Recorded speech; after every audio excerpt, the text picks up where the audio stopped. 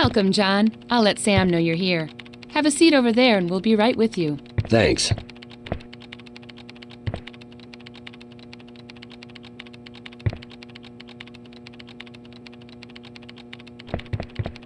This is my last chance.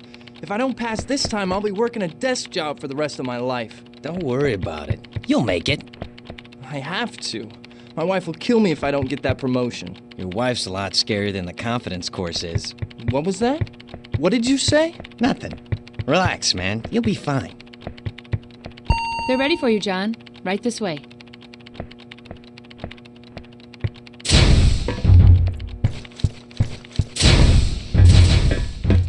Welcome, John. Glad you could make it. Good to see you again, old friend. The shop asked me to run you through a refresher course before clearing you for your next assignment. This will be a good chance for you to brush up on your skills before heading out into the field. Ready when you are. Okay, let's begin. Walk up to the door ahead of you and use the control panel next to it.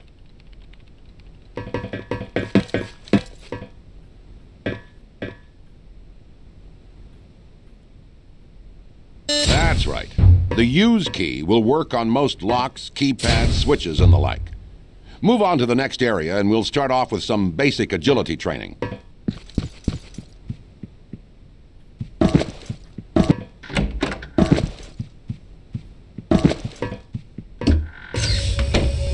Let's test your legs. Jump over the obstacles in front of you. Very good. Now this next jumping exercise is a bit more complicated. You need to jump up and then crouch to give yourself an extra boost to get over the wall. Excellent. Jump crouching can be a bit tricky, but you'll get the hang of it in no time. You'll need to crouch and move forward to get through this next area. To get even lower to the ground and fit through tight spaces, you can crawl through them. Nicely done. Jump into the pool here and swim underwater to the next area. Excellent. It's as easy as walking or running, isn't it? Good news, you've passed the first part of the test. So let's move on to weapons training.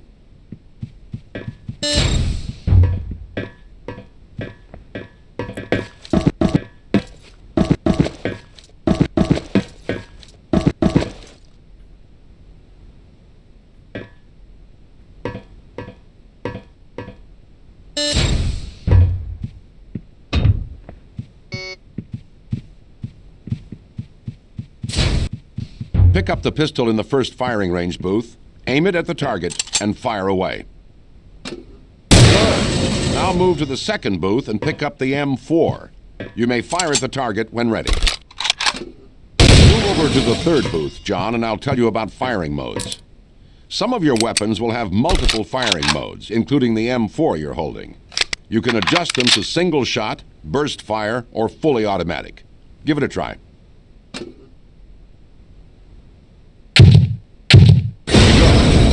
Some weapons also have an alternate fire. Your M4, for example, has a grenade launcher mounted to it. Give it a shot. Just be careful where you point that thing. Those grenades can be just as deadly to you as they are to the enemy. Firing modes and alt fires vary from weapon to weapon, but you can figure that out as you go. Let's move on, shall we?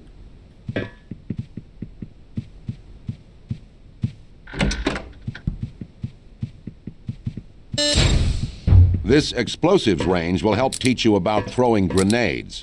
Take a few practice throws and get a feel for it.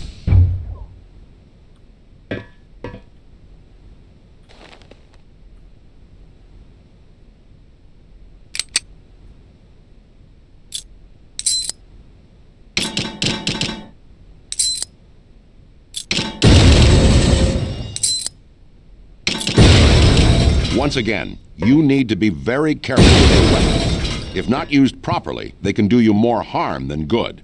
Literally. Let's move on to emplaced weapons.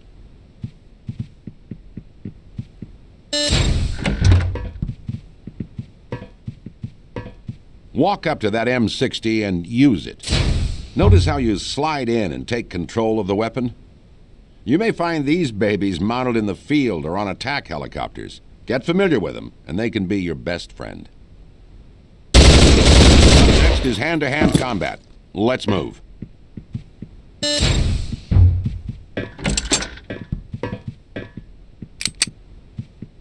If you run out of ammo, or if you're trapped in close quarters, you may need to engage the enemy hand-to-hand.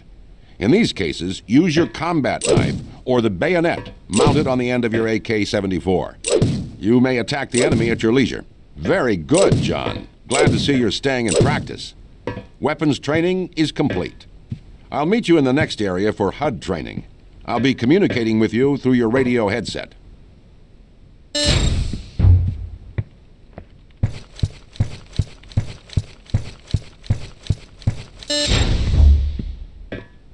All right, let's take a look at your heads-up display, or as the shop likes to call it, your tactical HUD. On the bottom of your HUD are your health and armor. The bar across the top displays the amount of armor you are currently wearing. Watch this one closely. It's the only thing protecting your hide from a bad case of lead poisoning, if you know what I mean. The bar below your armor meter shows your current health. When that runs out, you'll be pushing up daisies, so keep an eye on it. Your armor will generally run out before your health starts to drop. That is, unless you're hit with armor-piercing rounds or you fall for a long distance. To the left of your health and armor meter is your personal audio detection device, or PAD for short. The PAD tells you how much noise is being generated in your vicinity. The more noise you make, the easier it is for enemies to find you. Keep your eye on the PAD display if you're trying to be quiet. If it turns red, everyone will know exactly where you are. The lower right-hand image is your weapon inventory. Use the number keys 1 through 0 to select the specific weapons that you are carrying. Or use the next weapon and previous weapon keys to cycle through your weapon inventory. This defaults to your mouse wheel. If you're using 2 weapons at the same time, a second identical weapon display appears on the lower left. All right, it's time for equipment training.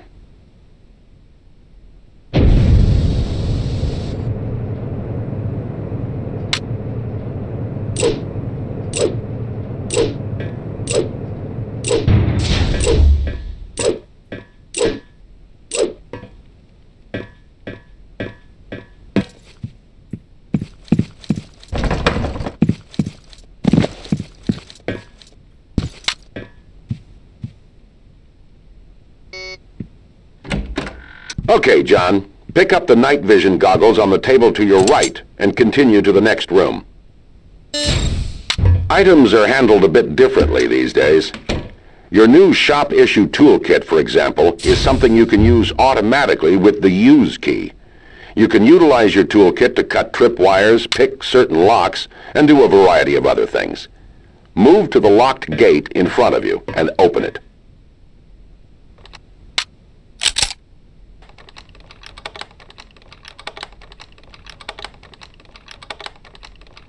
Good. Notice how the toolkit icon appeared on your HUD when you got close to it? If something requires your toolkit, that icon will appear, so watch for it. Other items you'll encounter in the field include binoculars and thermal vision goggles. Activate your night vision to move through this darkened area.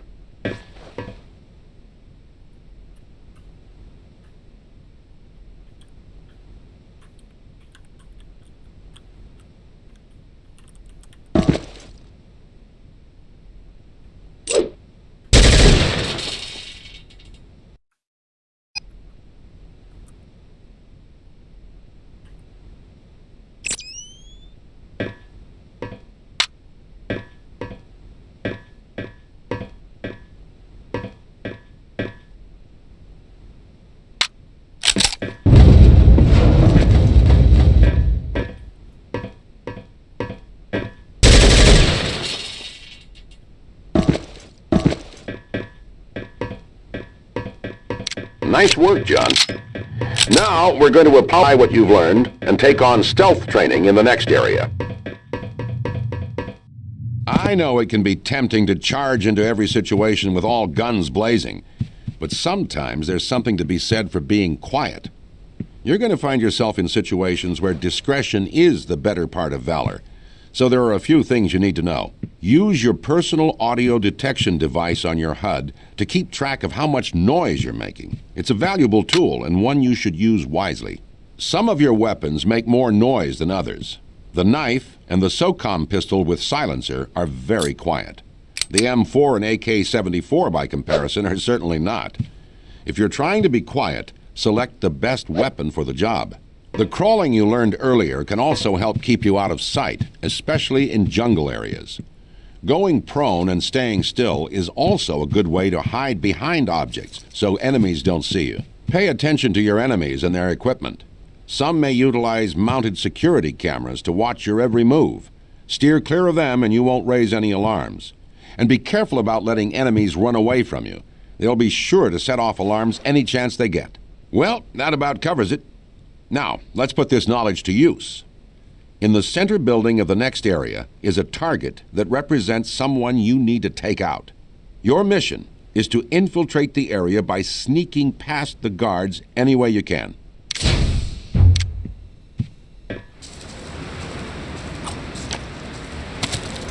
Don't attack the guards patrolling here. They're actually shop employees who are helping me with training exercises. Which reminds me, don't attack civilians in the field. Innocents must be protected at all costs. If you attack them, your mission will fail. Good. Stay out of sight. You can lean around corners, which is used. Watch out for that camera.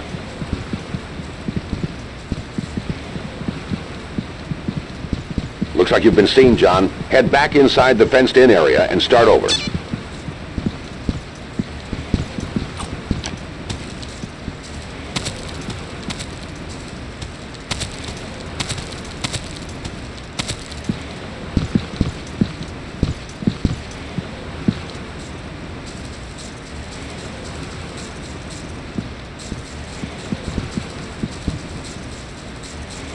There's the building.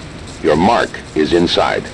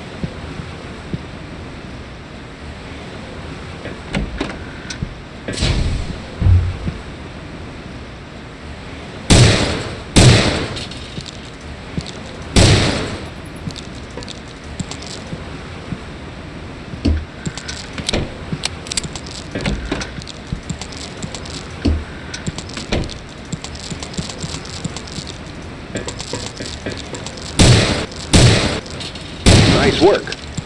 Notice how the bullets from your weapon penetrated the glass? You can shoot through some objects like doors, windows, and cloth materials.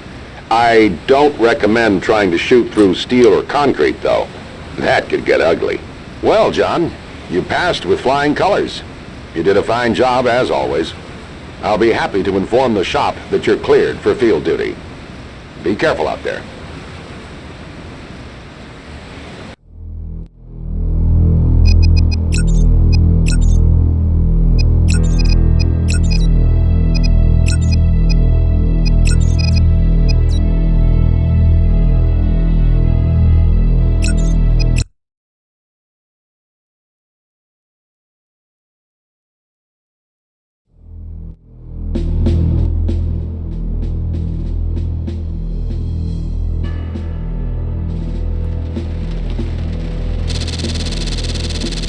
Prague. It's been a while. The U.S. government must want this Dr. Pyotr Ivanovich pretty bad to send me here. They spent a fortune in bribes and false documents just to get me this far. I guess it makes more sense to send in a lone Irish businessman, a shoe salesman at that, than a SEAL team. No loose ends, and no chance of starting a war. The government's all about plausible deniability these days. Can't say that I blame them. Intelligence reports that Dr. Ivanovich is one of the Soviet Union's top biopreparate scientists. The FBI's been keeping tabs on him for years. Seems after all this time, the good doctor wants out. My sources tell me he's in fear for his life and wants to defect. He's offering information about Soviet biopreparate activities in exchange for extraction, and ultimately his freedom.